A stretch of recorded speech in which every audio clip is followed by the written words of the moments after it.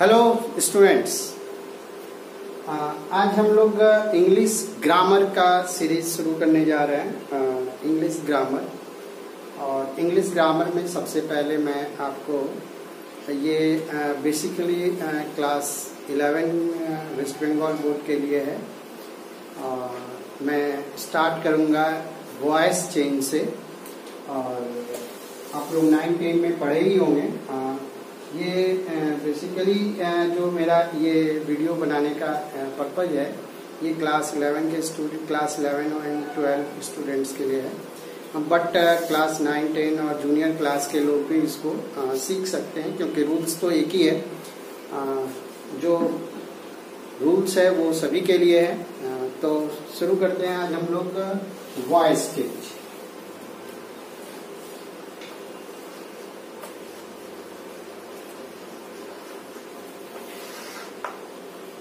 Voice change देखिए, आपको voice जो होता है वो दो टाइप का होता है।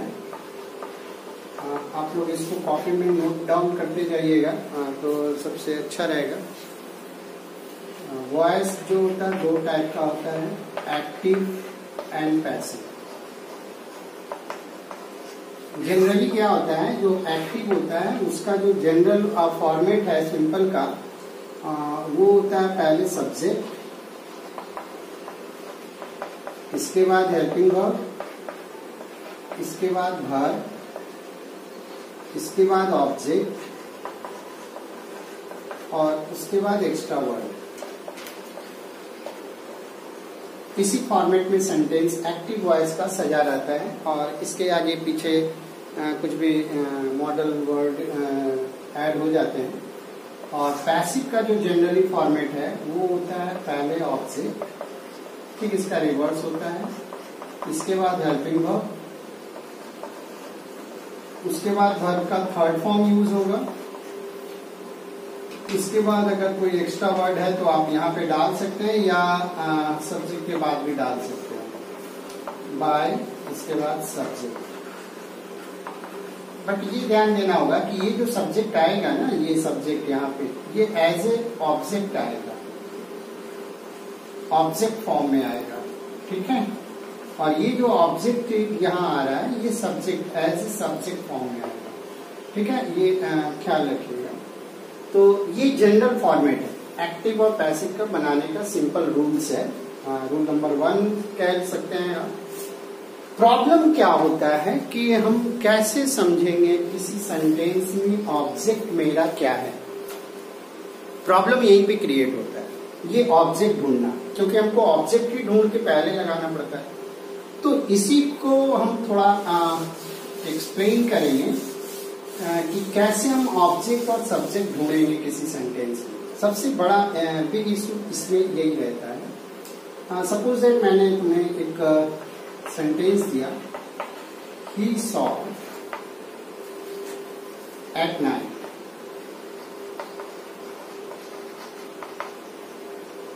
He saw at night। अब इसमें आपको बताना है कि सब्जेक्ट कौन है। ये सब्जेक्ट है, कैसे समझेंगे ये सब्जेक्ट है या ऑब्जेक्ट है, ये पहले मैं क्लियर कर दूं। तो अगर किसी सेंटेंस में हम हु से क्वेश्चन करेंगे तो हमें क्या मिलेगा, सब्जेक्ट। और अगर व्हाट से क्वेश्चन किया जाए तो सब्जेक्ट क्या मिलेगा, तो हमें क्या मिलेगा, ऑब्जेक्ट। अब हु और व्हाट ये दो क्वेश्चन करेंगे मन में, ठीक है। पहचान के लिए मैं बता रहा हूँ एक सिंपल तरीका, सिंपल में। हु से अगर क्वेश्चन करो तो सब्जेक्ट मिलेगा और व्हाट से क्वेश्चन करो तो ऑब्जेक्ट मिलेगा। प्रॉब्लम क्या है कि अब किसमें क्वेश्चन करेंगे, तो वर्ब को ढूंढ लीजिए। वैसे वर्ब की पहचान जो होती है वो डूइंग वर्ड, जिस वर्ड से पता चले कि कोई एक्शन हो रहा है, कोई काम हो रहा है, कोई एक्ट हो रहा है। जैसे खाना, ईट, ईट से पता चल रहा है कि खाने का काम हो रहा है। गो, गो मीन्स जाना, गो से पता चल रहा है कि जाने का काम हो रहा है, कोई एक्ट हो रहा है।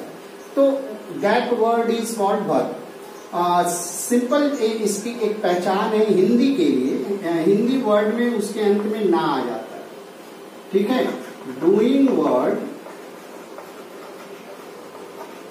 उसको वर्ब कहा जाता है। और अगर हिंदी में पहचानेंगे कि वर्ब कौन सा है तो उसके अंत में ना आता है, जैसे पढ़ना,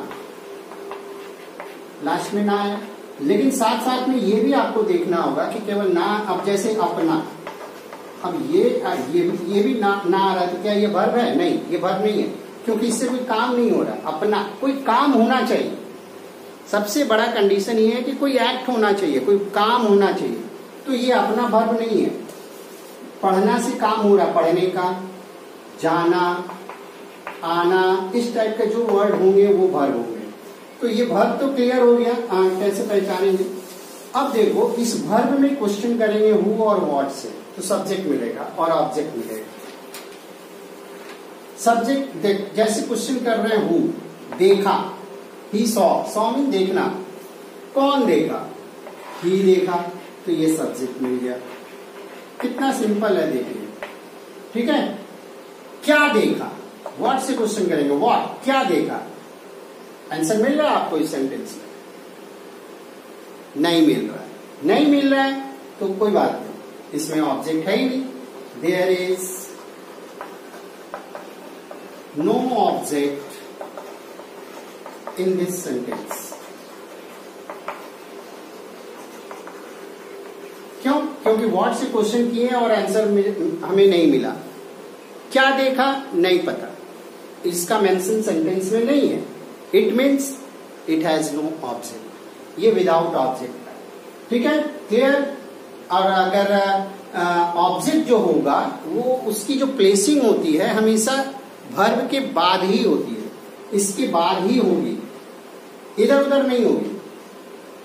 ठीक है, ये भी आपको ध्यान रखना होगा कि जो ऑब्जेक्ट होती है वो किसी भी सेंटेंस में अगर वो एक्टिव वॉइस में है तो आफ्टर वर्ब यूज होगा, वर्ब के बाद ही यूज होता है, इधर उधर यूज नहीं होता है। तो ये हो गया आपको ऑब्जेक्ट ढूंढने का एक तरीका। अब जैसे मैं तुम लोग को एक दूसरा एग्जांपल बता रहा हूं, उससे थोड़ा क्लियर होगा।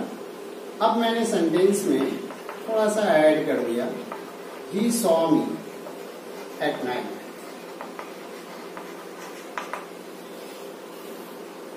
अब क्वेश्चन करते हैं हु, किसने देखा? ही ने देखा, तो ये हो गया सब्जेक्ट। क्या देखा? मुझे। क्या देखा? मुझको देख रहा है, ये इसमें ऑब्जेक्ट है। क्या देख रहा है? मुझे देख रहा है, तो ये तुम्हारा क्या हो गया? ऑब्जेक्ट। देखो वर्ब के बाद ही है और ये एक्स्ट्रा वर्ड हो गया, ये आपका हो गया एक्स्ट्रा वर्ड, क्योंकि एक्टिव वॉइस और पैसिव वॉइस में केवल सब्जेक्ट, ऑब्जेक्ट और वर्ब का ही यूज होता है। बाकी को हमने एक्स्ट्रा वर्ड कह दिया, उसमें noun, pronoun, adjective, adverb, coordinating conjunction कुछ भी आ सकता है, उससे हमें कोई मतलब नहीं है।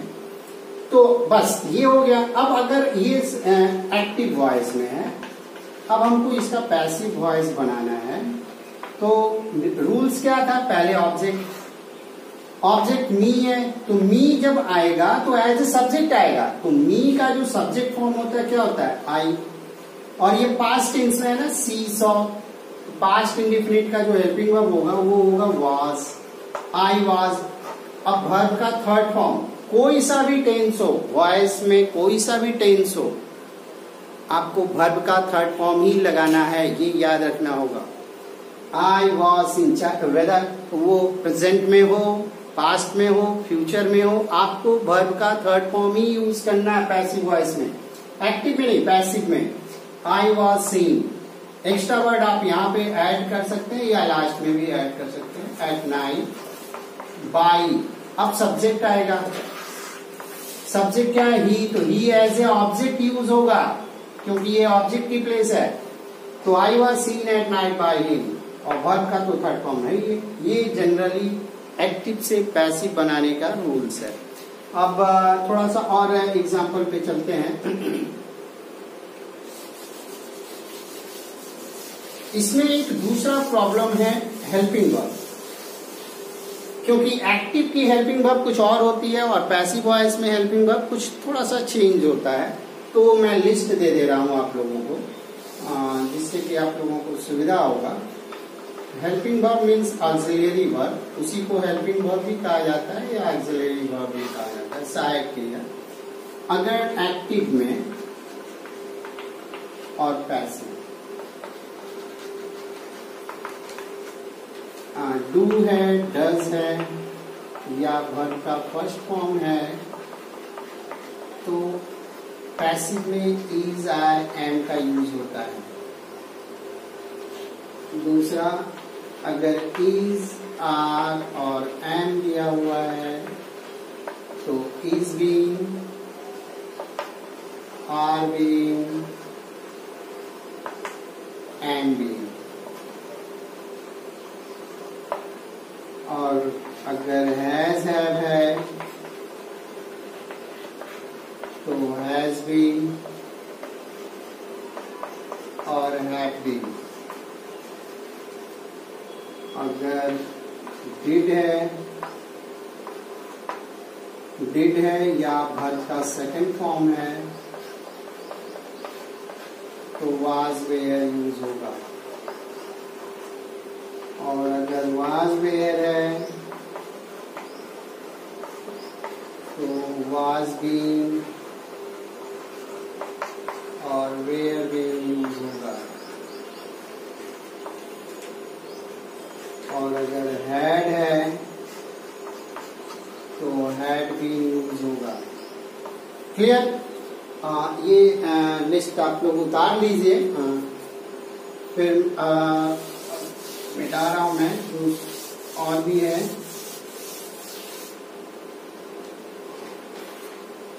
सिक्स, विल, शैल है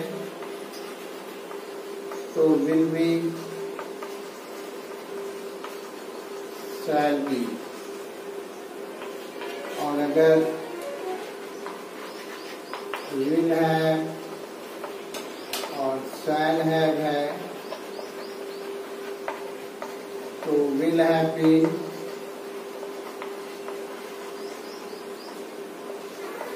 शैल हैव बीन। और अगर कैन, मॉडल वर्ब जितने भी होते हैं, कैन, वुड, शुड, मे, इस टाइप के जितने भी हैं सब में बी लग जाएगा। Can be, would be, should be, may be,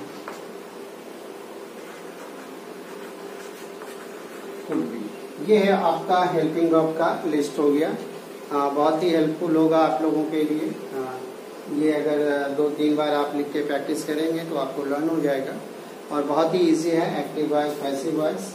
अब हम लोग बढ़ते हैं आगे।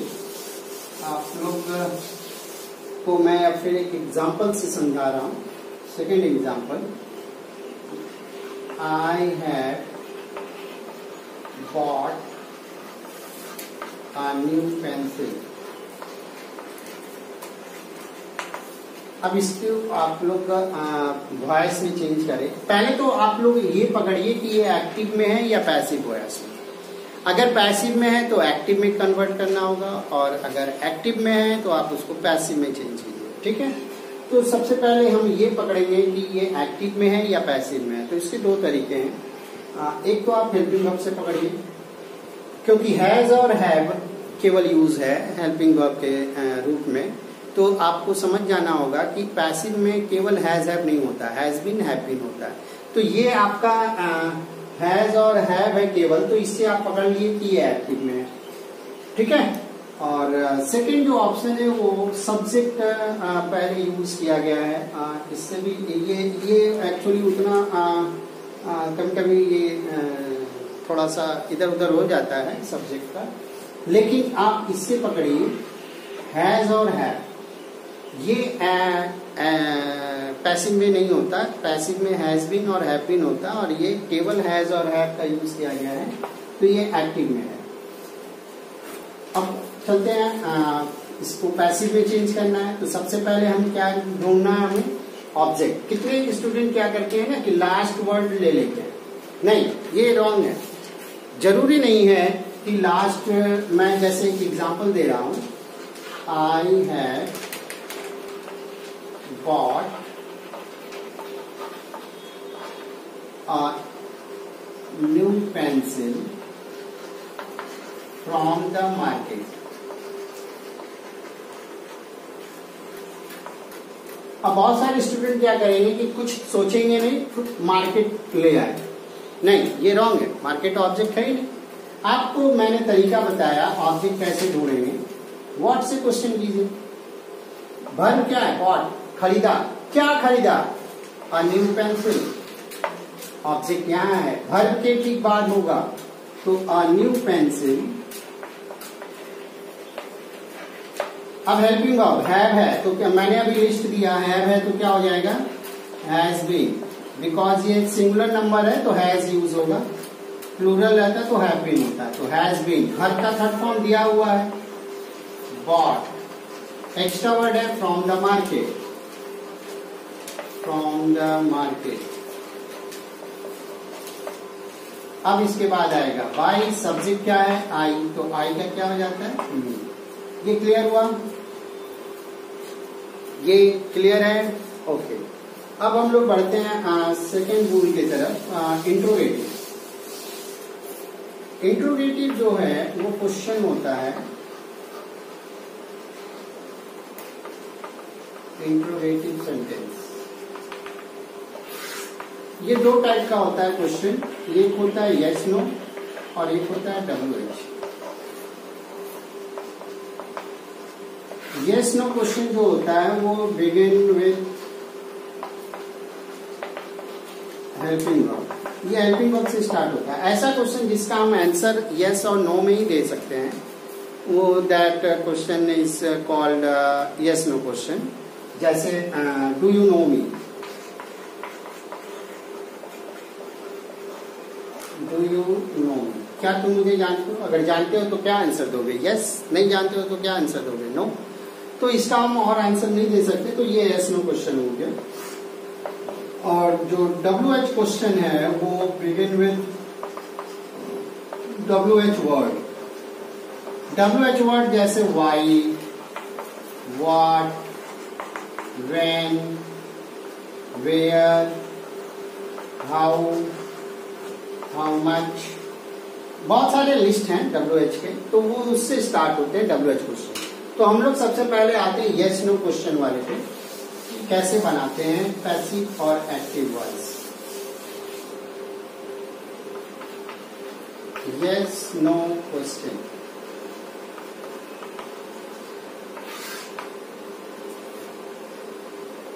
एक्टिव। अच्छा, ये आप लोग पहचानिएगा, इसी का बनाते हैं डू यू नो मी। अब ये ऑब्जेक्ट, ये जो है सेंटेंस जो है वो एक्टिव में या पैसिव में, ये डिसाइड कीजिए। तो डू दिया हुआ है हेल्पिंग वर्ब, क्योंकि एक्टिव में हमेशा इंट्रोगेटिव जो सेंटेंस होते हैं वो हेल्पिंग वर्ब से स्टार्ट होते हैं। तो डू यू नो मी, तो डू दिया हुआ है, तो ये पैसिव में तो डू हेल्पिंग वर्ब होता ही नहीं है, इज आर एम होता है। एक्टिव में होता है डू वो डज, तो ये एक्टिव में है। तो अब हमको पैसिव बनाना है, तो पैसिव बनाना है तो इसका एक्टिव का जो रूल है वो एक्टिव में अगर रहेगा इंट्रोगेटिव सेंटेंस, पहले हेल्पिंग वर्ब, इसके बाद सब्जेक्ट, इसके बाद वर्ब, इसके बाद ऑब्जेक्ट। देखिए ऑब्जेक्ट वर्ब के बाद ही हो रहा है, प्लस एक्स्ट्रा वर्ब। और अगर पैसिव में अगर इंट्रोगेटिव बनाया जाए तो ये जहां है वहीं रहेगा, हेल्पिंग वर्ब अपने प्लेस पे ही रहेगा, बस बाकी सब चेंज हो जाएगा। पहले आएगा ऑब्जेक्ट, सेम रूल है पहले की तरह, फिर आएगा आपका वर्ब का थर्ड फॉर्म, पैसिव है इसलिए थर्ड फॉर्म ही यूज होगा। फिर आएगा आपका एक्स्ट्रा वर्ड, अगर आप ऐड करना चाहें तो ऐड कर दें या लास्ट में करें, बाई, इसके बाद आएगा सब्जेक्ट। ये यस नो क्वेश्चन का होगा। ठीक है, अब एग्जाम्पल से समझते हैं। जैसे ये दिया हुआ डू यू नो मी, तो अब डू यू नो मी तो हेल्पिंग वर्ब डू है, तो पैसिव में क्या आएगा, इज आर एम। अब इज लगेगा, आर लगेगा या एम लगेगा, वो आपको डिसाइड करेगा ऑब्जेक्ट। तो ऑब्जेक्ट इसमें क्या है, क्या तुम मुझे जानते हो, जानना, क्या जानना, क्या जानते हो, मुझे, मुझे ना, तो मी ऑब्जेक्ट हो गया। तो मी का सब्जेक्ट क्या होता है, आई, और आई के संग क्या लगता है, एम। तो यानी यहां क्या लगेगा, एम। डू की जगह पे क्या लगा, एम। एम आई ऑब्जेक्ट भी हो गया। वर्ब का थर्ड फॉर्म, नो का third form, known. Am I known. Extra word क्या है, नहीं है, छोड़ दो। बाय सब्जेक्ट क्या है, यू। यू का ऑब्जेक्ट फॉर्म यू ही होता है, हो गया। Am I known by you. Clear. एक और एग्जांपल देते हैं, आप समझिए।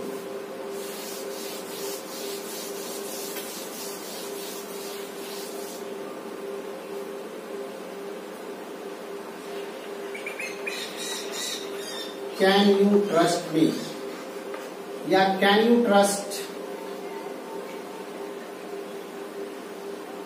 सिंपल देते हैं, can you do the job.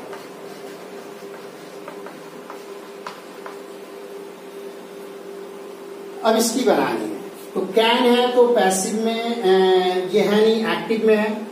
तो पैसिव में जब करेंगे तो कैन भी होता है, तो कैन भी एक साथ यूज नहीं होता। कैन और फिर ऑब्जेक्ट आएगा, ऑब्जेक्ट क्या है, the job. Can the job, इसके बाद भी आएगा, कैन बी। जैसे हैज बीन, हैज बीन एक साथ यूज नहीं होगा। ये केवल इंट्रोगेटिव की बात कर रहा हूं, सिंपल में होता है एक साथ ही यूज होता है, बट इंट्रोगेटिव जो क्वेश्चन होते हैं वो उसमें एक साथ यूज नहीं होते। तो can the job be, do का third form done by you. ये क्लियर हुआ, मेरे ख्याल से क्लियर हो गया होगा। आज के इस वीडियो में मैं 2 रूल्स एक्सप्लेन किया, बाकी के नेक्स्ट वीडियो में अपलोड कर दूंगा। तब तक अच्छे से रहिए। Till then, good bye.